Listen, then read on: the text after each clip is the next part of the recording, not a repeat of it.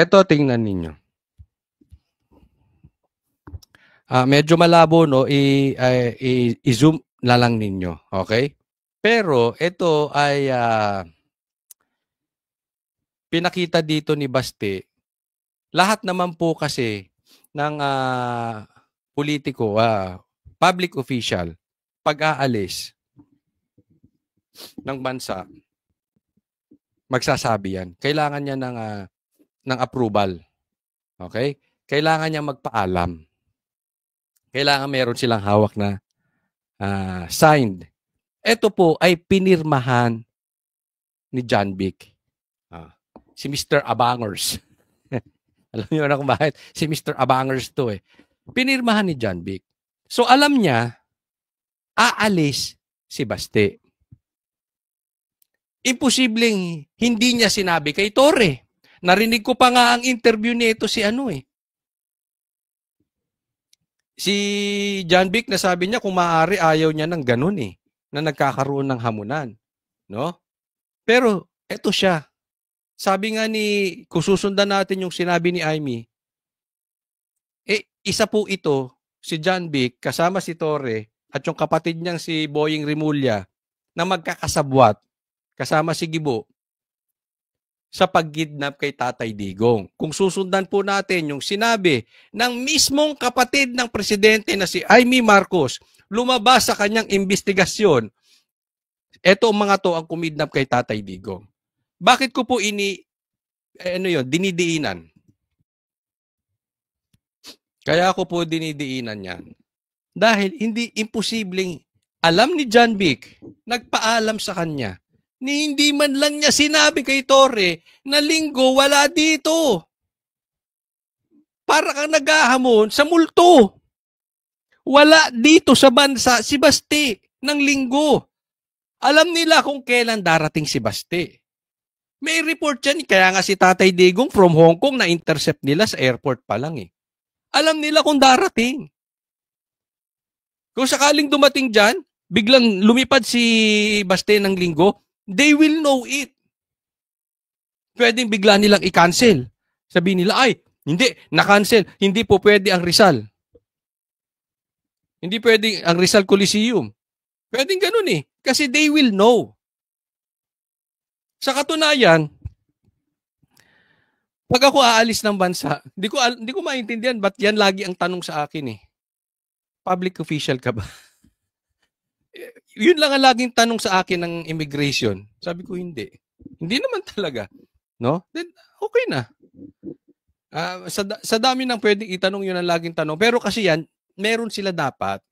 Okay? So alam ni John Vic. And I strongly believe alam to ni Torre. Now, ito ay lantarang panloloko sa taong bayan. Di ba? Mag-i-schedule ka, alam mo wala yung kahamon. Tapos, si Torre, they will call Baste na manloloko. Ayun, pirmado ni John Vic, oh. May stamp ng DILG. Tapos, nasa ringside si John Vic. Di ba circus yung ginagawa nilang yan? Hindi, yan ba ay hindi, sa tingin ninyo, kayo na tanungin ko, yan ba ay hindi panloloko sa taong bayan? Anong motibo nyo rito? Lagi nyo tatandaan, eto lagi ang target nila. In my opinion, laging dalawa ang target nila. They will hit two birds in one stone. Nangyari ngayon. Una, pasamain ang imahe ng Duterte. Pangalawa, paktakpan ang mga mahahalagang kapalpakan ng gobyernong ito. Nung unang kumalat yung balitang namatay, yung asawa na kasama sa entourage ng First Lady sa cocaine, di umano. At inamin yon ng entourage mismo, yung asawa mismo, nung namatay. Sa entourage mismo ni Lisa, na nagmariwana sila, nag-cocaine sila at nag-alcohol sila. Nung pumutok yon, ano ang pinantakip? Yan yung kinidnap. I will never forget that. Kasi nasa rally kami dyan sa Liwasang Bonifacio that time. Yun yung pagkidnap kay Tatay Digong. And here we are again. Nung second na may kumalat, lumabas,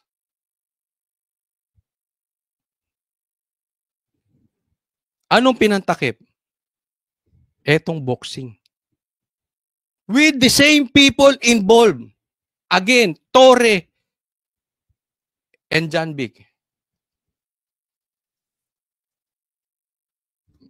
Di ba? Again. It's another coincidence. Remember, doon sa mga matagal nang sumusubaybay ng vlog ko, ano sinabi ko? Nung pangalawang pumutok yung nangyari kay Lisa dyan at sa kasama niyang namatay sa cocaine, ano sabi ko? Expect kayo ng malaking balita coming from these people. Kasi napanood na natin tong storya na ito eh. Again, who is involved?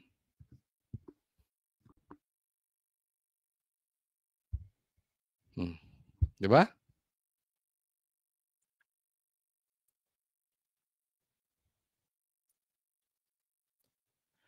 Kaya nga sabi ko sa mga Pilipino, huwag naman tayong papaloko parati. Kasi napapanood ko sa Facebook, may nagsasabi na duwag si Torre, may nagsasabi din na duwag si Baste.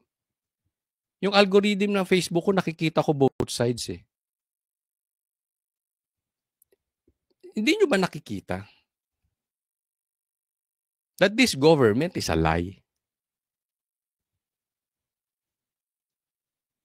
Sige nga, pakisagot ako doon sa mga pulahan, sa mga pinklawan na tinatawag na duwag si Baste. Kung ako, may lakad ako papuntang Amerika at may hamon ako, unahin ko yung hamon. Eh pwede naman, 3 araw lang ako doon, pagbalik ko, pwede naman nating ituloy eh. Diba? May sense naman talaga yung sinasabi ni Baste and may katunayan siya oh. At alam lahat siya ng politiko na kailangan ka talagang magpapaalam. Ito pa ang nakakatakot. Kung umatin dito si Baste, posibleng ipahuhuli siya. Bibigyan ko po kayo ng ebidensya. Ito, tingnan po ninyo, okay?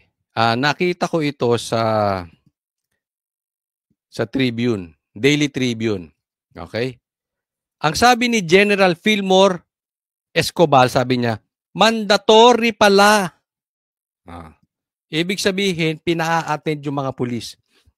Mandatory pala mag-attend ng mga pulis sa boxing match at mandatory din mag-donate. Ibig sabihin, kahit ayaw nyo mga pulis, dito sa circus na ginawa namin, dito sa panlolokong ginawa namin, mandatory umattend kayo. At mandatory din mag-donate. O, yan ang sabi. Sabi ni Escobar. Ito pa yung text. Makikita nyo sa kanang bahagi. Okay? Nilabas po ito ng Daily Tribune. Totoo man to or hindi totoo, bibigyan po ng komentaryo. Anong sabi ni Torre? Sinagot niya. Ito ay gawa-gawa lamang ni retired General Escobar na naging regional director sa Davao ng mahigit 2 taon. So, ibig niyang sabihin, malapit to kay PRRD. Si Escobar ay isa sa mga general na kasama ni Digong nung hinuli ko siya at pinadala sa Dahig. Sa buong panahon na nasa Villamor Air Base kami, ni hindi makatingin sa mata ko si Escobar. Dahil sa takot at nung hinatid ko si Digong sa eroplano, dumaan pa kami sa harap niya pero yumuko lang. Ano pinapatunayan dito ni Torre? Duwag si Escobar. Okay. Ngayon, sa mga nakita natin na mga pinaggagawa ni Torre, na tinawag pa niyang manloloko si Baste, sa tingin ninyo, sinong nagsasabi ng totoo? Si Escobar o si Torre? Sa lahat ng nakita niyong galawan ni Torre, if you think meron siyang credibility sa lahat ng binibitawan niya, with all the media circus that is happening right now. Kayo ang makakapagsabi kung sino ang nagsasabi ng totoo. Mapagkakatiwalaan ba yung sinabi ni Torre? Ni walang attempt na tulungan ng boss niya, pare-pareho lang silang mga duwag. Again, duwag ka Escobar, gaya ni Baste. Pare-parehas kayo mga Duterte, duwag. Sa pagsagot, doon sa required umattend ang mga pulis. Bukas, posibleng may makausap akong pulis. Tatanungin ko ito. May mga kaibigan naman tayong pulis. Kung required talaga sila, malalaman ko yung sagot. Gusto kong tanungin personally. No? Pero ito'y tinanggi ni at pinunta niya doon sa duwag. Ngayon,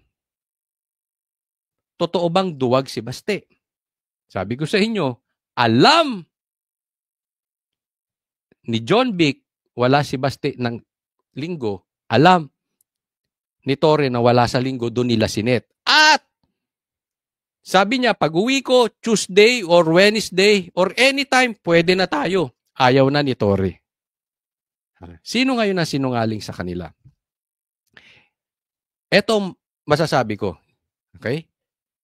Hindi natin alam kung totoo itong message na ito. Kasi makikita nyo, may message na sa group chat nila.